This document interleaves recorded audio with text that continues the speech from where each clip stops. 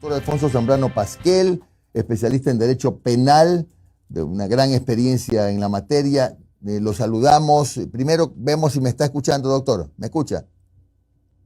Yo ahora lo escucho bien, hace Perfecto. un momento no tanto, pero quiero que usted me escuche bien también. Perfectamente. Sí. Doctor, bueno, dos temas. bien. A ver, vamos con el primero. En este momento se está debatiendo lo que tiene que ver con la presencia permanente de menores de edad que actúan, que son utilizados como gatilleros en caso de sicariato. En caso de sicariato. Dígame, la ley hoy día los hace efectivamente no imputables, o quizá no sabemos, a lo mejor hay periodistas como yo que reconocen que todos los días aprende algo nuevo. ¿Qué dice la ley hoy de los menores de edad que son acusados y efectivamente no condenados, pero comprobada su participación en un asesinato o en un sicariato, etcétera? ¿Qué dice hoy? ¿Y qué pasaría o qué puede pasar si acaso usted cree que debe ser reformada la ley para sanciones más severas probablemente? Mire, don Jimmy, esa es la respuesta, primero, que genera un gran populismo político, punitivo, etcétera, pero es la respuesta equivocada. A ver, los menores de edad, ancestralmente, tradicionalmente, se consideran personas inimputables. ¿Qué significa? Que no tienen capacidad para comprender la criminalidad del acto y para determinarse de acuerdo con esa comprensión. Pero incluso si pensamos, a veces queremos copiar modelos del primer mundo. Estados Unidos incluso declara a partir de los 12 años, 14 años, la posibilidad de que considerarlos con capacidad para ir a juicio. Pero la idea era condenarlos a la pena de muerte. Era por crímenes violentos, sí, pero la mayoría de los jóvenes eran negros y tenían problemas de retardo mental. Por eso hoy ya no se ejecuta a ningún delincuente joven en Estados Unidos. Hoy no. Ahora bien, ¿qué pasa? Nosotros en Ecuador, en este momento, el Código de la Niñez y Adolescencia, que fue en la Convención de Naciones Unidas de Niñez y Adolescencia de la década de los 90, la copiamos, pero no la aplicamos. ¿Por qué? A ver, la edad o el tiempo para permanecer en un reclusorio juvenil, le ponen medida, como quiera usted llamarla, de asistencia, es privación de libertad. Era de 4 hasta 4 años. Con el Código Orgánico Integral Penal de hoy, llega a 8 años. No es tan corto tiempo. Ahora, ¿qué es lo que pasa? Que ese joven, si en los reclusorios de mayores pasa lo que pasa, que no hay rehabilitación, no hay nada, y hay violencia, en los reclusorios juveniles la situación puede ser tanto más grave.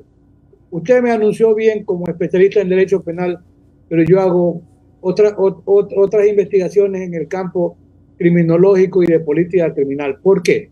Porque la criminología a usted le permite encontrar qué factores explican una conducta criminal, y la política criminal le dice, bueno, ¿qué hacemos? ¿Qué recetas podemos aplicar? Pues bien, esos jóvenes que son segmentados, ¿de dónde son reclutados? Y aquí hay un tema muy importante que tiene que ver con la imputabilidad o no. En Argentina, pues el asesinato violento fue degollado un chofer de un carro grande, y entonces quisieron bajar la edad a 14 años. ¿Ya? Pero al final no pasó el tema. ¿Qué pasa? Y esa es una realidad nuestra. Perdón, no lo escuché muy bien. No, siga. A ver, mire, ¿cuál es el tema? Asumamos 8 años, pero está en un reclusorio donde el más pequeño, el más enmirriado. Yo tengo un trabajo de investigación sobre el tema de la delincuencia juvenil, factores desencadenantes de criminalidad. El joven, el más pequeñito, es generalmente violado en esos reclusorios. Es terrible lo que pasa. Y están ahí hacinados. Pero ¿qué es lo más grave? Ese niño, ese joven y ese adulto, y es lo que no entiende el Estado, en general, y cualquier otro gobierno, mire, ¿de dónde se nutre el crimen organizado? Usted bien dijo, esos gatilleros sueltos, esos sicarios, la mayoría son jóvenes, son drogadependientes, son jóvenes que no tienen ni educación, porque no hay donde educarse, ni tienen trabajo. Esa es la carne de cañón de la que se alimenta el sicariato, Ahora se habla incluso que se está tercerizando el servicio, se va hasta la cárcel y se contrata sicario. Ese joven empieza a consumir droga, se vuelve un drogadependiente, se vuelve un microtraficante y después en el salto, ¿verdad?, violento, llega a ser sicario. Tenemos una escalada terrible. Mientras no se atienda a la base social de la cual se recluta el servicio siniestro para la delincuencia organizada, vamos a tener más sicarios, vamos a tener más muertos. Usted me dice, ¿cómo? El Estado siempre se estará quejando de este y cualquiera que no tiene dinero, pero se ufana de tener, ¿verdad?, una reserva internacional, la más importante en la historia del país, etcétera. Pero no se atiende a sectores como este, no se atiende realmente a la salud, no se atiende realmente a la educación. Doctor, si usted no doctor, perdone. Las bases sociales de la delincuencia organizada, el problema va a seguir. Claro. Mañana le quieren poner 20 años a los jóvenes, pero el tema no termina ahí. Estamos echando, yo digo, más gasolina a la candela. Claro, doctor. Es decir, usted también está en la línea de pensar que hay que trabajar más en prevención. Claro, pero en el caso de los delincuentes jóvenes hay un tema. Ese joven que generalmente está consumiendo droga porque no trabaja, no se educa, y se vuelve increíble, hay que decirlo así gráficamente, se vuelve un mecanismo de sostén para su familia. A veces el padre no trabaja, la madre no tiene trabajo. Entonces ese joven es el que lleva el dinero a la casa. ¿Viviendo de qué? Viviendo de la actividad delictiva. Por eso dije, es siniestro lo que pasa con el sector joven. Ahora, se lo quiere recluir, pero hay un tema ahí que no se puede perder de vista, lo siguiente. ¿Qué pasa con ese joven que ya se convirtió en sicario, que es un drogadicto? Después de 8 años de estar en la cárcel, por ejemplo, los que mataron al fiscal Edgar Escobar, ya nos olvidamos. ¿Qué se hace con ese joven? Asumamos que se queda 8 años. Seguramente cuando salga va a ser un sicario a lo Popeye. ¿Por qué?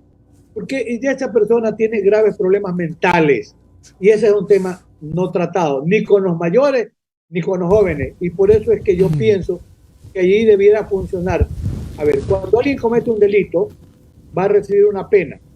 En el caso de los jóvenes delincuentes, hasta 8 años de reclusión. Pero ¿qué pasa si ese joven delincuente tiene problemas mentales? Como pasa con un delincuente mayor. Hoy se está en la línea de ir en lo que se llama sentencia indeterminada. Se lo aplica en Alemania, no quitemos a Alemania del tema, en España. Y se ha discutido por qué. Llega el joven a los 8 años y tiene que ser puesto en libertad. Y si se lo pone en libertad y es una bomba de tiempo, va a salir a seguir matando. Ejemplo, lo que pasó con el joven Hermosa. Al joven Hermosa a la final salió, después de cumplir los 4 años, en aquella época, siguió matando y la policía finalmente lo dio a tiro. Así es. Doctor, ¿cómo está? Omar Jaén le saluda. Muchísimas gracias por su tiempo, doctor. Doctor, para seguir con este tema, mire, el debate es por los casos que hemos visto últimamente y hay personas que dicen, miren, creemos que hay un impulso que sea a partir de los 16 años, o sea, un joven de 16 años que está vinculado a un asesinato o que es la persona que asesina, tiene que desde los 16 años hacia adelante ser juzgado como un adulto cualquiera. Punto 1. Punto 2. Hay doctrina internacional, hay jurisprudencia internacional con respecto a estos temas. Por ejemplo, en estos momentos se está debatiendo mucho el tema de la consulta popular, en donde Guillermo Lasso quiere que las Fuerzas Armadas tengan más participación en lo que es la seguridad interna, pero hay especialistas y colegas suyos que dicen, ¿sabes qué? Hay jurisprudencia internacional que dicta que los militares no pueden estar permanentemente en las calles. En el caso de acusar a jóvenes, juzgar a jóvenes, ¿hay doctrina internacional? Mire, el código, la Convención de Naciones Unidas de la década de los 90, en este tema, y recuerdo haber para una conferencia internacional examinado el tema de la convención. La convención es vinculante para todo el mundo. La convención no dice, ¿verdad?, a partir de qué edad una persona debe dejar de ser considerado como inimputable. Cada estado, o sea, si mañana Ecuador quiere ponerle 14 años, no estaría violando la convención de la niñez y adolescencia de Naciones Unidas, que es el máximo órgano. Ahora, puede haber dentro de Naciones Unidas elementos como UNICEF, etcétera, que lo que dicen es que al joven, por la precocidad que tiene, si el joven no se lo rehabilita como debiera ser, ese joven es una bomba de tiempo. Tiene la precocidad, la capacidad y la inteligencia de aprender más rápido que un delincuente de mayor edad. Entonces, como no se trabaja, ese es un segmento olvidado. Mire, y un ejemplo, ¿cómo se pudo desarticular la violencia de las bandas y pandillas tipo Latin King o los netas, los nietas? Gracias al trabajo que hizo una persona con equipo humano, que era Nelson Curvelo, donde, como se dice, le devolvió la autoestima, la dignidad, les consiguió la posibilidad de que aprendan serigrafía, peluquería, etcétera. Consiguió que en un proceso de pacificación hay que conversar, no digo con el enemigo, hay que conversar con los que están en el nivel de la violencia. O sea, conversar, eso de negar, por ejemplo, a algún funcionario de gobierno que no ha conversado con líderes de organizaciones criminales, es negar la realidad, porque usted no puede ir a pacificar si usted no conversa. Usted no puede alimentar la cultura de la paz alimentando la cultura de la guerra. No, tiene que conversar. Nelson Curvelo hizo eso, rescató a estos jóvenes de la calle, les dio una oportunidad de vida y se terminaron, para aquella época, las bandas y pandillas juveniles. O sea, usted tiene que desarticular la base social de la que se alimenta la delincuencia organizada, que hoy es más violenta que antes, por supuesto que sí. Este no es el problema del presidente, no es el problema, sí, el problema del presidente Lazo, aunque él no sea el responsable, pero le toca vivir la historia. Entonces, eso de señalar, a ver, vamos a bajarle a 14 años.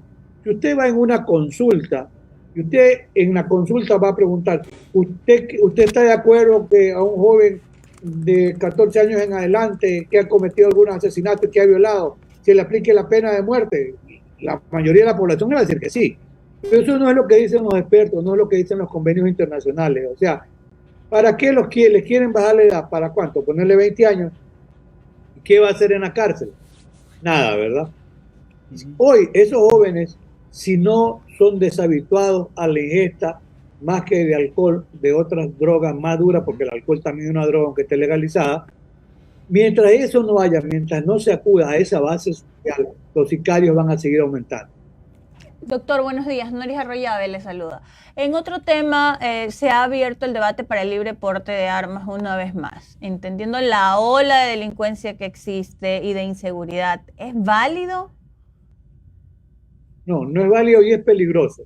Incluso anoche, en la larga entrevista que le hacen al presidente de la República, le hace Carlos Vera, le tocó el tema del libre porte de armas y dijo, lo estoy pensando.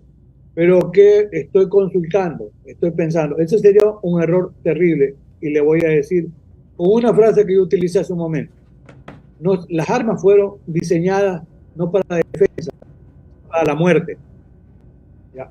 Ahora, mire, si usted va en la línea de tratar de legitimar el porte de armas, usted está llegando a la cultura de la violencia y no de la paz. A usted me dice, ¿qué hacer? Es que no es solamente, dice, el gran problema es el narcotráfico. Sí, pero se olvida del otro gran problema, que es el ingreso de armas al Ecuador libre vía contrabando. Por eso las puertas giratorias y las aduanas. El libre ingreso de armas y también la libre salida de las drogas. Esa es la importancia que tienen las aduanas. No hay control de armas que vienen de Perú por una frontera, no hay control de drogas por la otra frontera. Mire, mientras no haya control del ingreso de armas, ¿y de dónde aparecen fusiles que son armas de guerra, ametralladoras, granadas, drones, etcétera? ¿Cómo ingresan a las cárceles? Porque lamentablemente está infiltrado ciertos segmentos, cierto sector de la policía y de las Fuerzas Armadas. Porque las armas son la primera economía mundial subterránea, mueve alrededor de 800 billones. O sea, 800.000 millones de dólares, y las drogas mueven alrededor de 550 billones, 550.000 millones de dólares por año. Entonces, mientras no haya un control en el ingreso de las armas, seguirá habiendo más violencia en las calles. Y le puedo dar razones muy puntuales por qué no es conveniente un porte de armas o tener armas. Si hace poco en Yaguachi abarrajaron a tiro y mataron, esta semana 6 personas se dedican a la violación, la mujer, el marido y 4 niños. Vea, el momento que el delincuente sabe que cualquier familia en la casa tiene armas, los delincuentes van a entrar primero a matarlos para robar. Entonces, para empezar por ahí. Primero, la cantidad de accidentes que se pueden producir, incluso en el primer mundo. Un niño pequeño encuentra un arma en el velador del padre, apunta jugando a la hermanita y la mata. Son casos reales. Primero, la posibilidad de accidentes dentro de casa. En segundo lugar, el que tiene el permiso para tener un arma es responsable por la custodia del arma y se puede responder hasta por dolo eventual por estos casos de accidente, etcétera. O el hijo sale, ve armas en la casa, cree que es normal, ya joven, tiene problemas en el colegio, lleva el arma y mata a su compañero. No estoy hablando de esa masacre en primer mundo, de casos que pueden ocurrir en el nuestro. Otro segmento, el tercero, tiene que ver con la violencia. Tenemos una cultura de violencia intrafamiliar, cierto. Ahora dejó de ser invisible porque, sí, lamentablemente no es que la violencia contra la mujer nació por la muerte penosa de una abogada. Ese era un problema que antes era invisible y que hoy es real. Hay un nivel de violencia altísimo. Y si frente a ese nivel de violencia intrafamiliar, que no solamente va contra la mujer, sino que va contra los hijos, tener armas en la casa son una amenaza psicológica permanente y puede ocurrir incluso que la mujer incluso lo llegue a matar en un momento dado porque sabe que hay un arma. O el marido, el momento que golpea a la mujer, quiere rematar la golpiza y termina disparándole. Fíjese usted, esa es la realidad de nuestra sociedad. Lo otro, la cantidad de consumo de alcohol, de drogas. Guayaquil es una ciudad caliente por el calor y por otras razones. Las fiestas que se hacen, a ver, el vecino va a dejar el arma en la casa o se cree, ya decían en la época de mi tierra, las abuelas, se cree Tequimán, no sé qué, Tequimán era un personaje porque esperaba harto. Saca el arma, va a la fiesta, no, yo tengo que ir armado. A los que nos gustan las armas, nos ha pasado más de una vez. Ir a una fiesta, pero llevar el arma. Ir al aeropuerto, entregar el arma para que me la devuelvan cuando yo llego de viaje. Entonces, fíjese usted qué pasa con eso. Y finalmente, ese consumo de alcohol, de drogas, etcétera, no tiene control. Y tener la posibilidad de armas es otra bomba de tiempo. Correcto. Y finalmente, fíjate, no es lo mismo saber disparar un arma. Cualquiera lo puede hacer. Pero saber dispararla y emplearla bien. Para eso requiere entrenamiento. No de un día, no de 5 horas. Entrenamiento de meses con conductores adecuados. Todo eso vamos nosotros a poder surtir. No. El error es pensar en que hay que flexibilizar el porte de armas. Pero no, señores, hay que controlar el ingreso de las armas. Hay mucho contrabando, hay mucho lavado de activos con el ingreso de armas, igual que lo que pasa con el ingreso de la droga. O sea, la respuesta no está ahí. Y no es una consulta popular la que va a solucionar el problema de la violencia en el Ecuador. Tenemos que tener eso muy distante de la realidad. No es el porte de armas. No. Bien, va a ser doctor. peor, va a haber más violencia y va a haber más muertos. Bien, doctor. Muchas gracias al doctor Alfonso Zambrano Pasquel, especialista en Derecho Penal, que nos ha dado sus criterios sobre la inimputabilidad de los menores y el libre porte de armas. Que tenga usted un buen día, doctor. No, a usted, don Jimmy. Y es verdad que el municipio tiene que ver con la seguridad. No es el tema de comprar carros, va mucho más allá. Pero es interesante. Hablaremos, y eso es un olvido. hablaremos más adelante de eso. Con los municipios. Así es, don Jimmy. Éxito Gracias. a usted también. Gracias. 7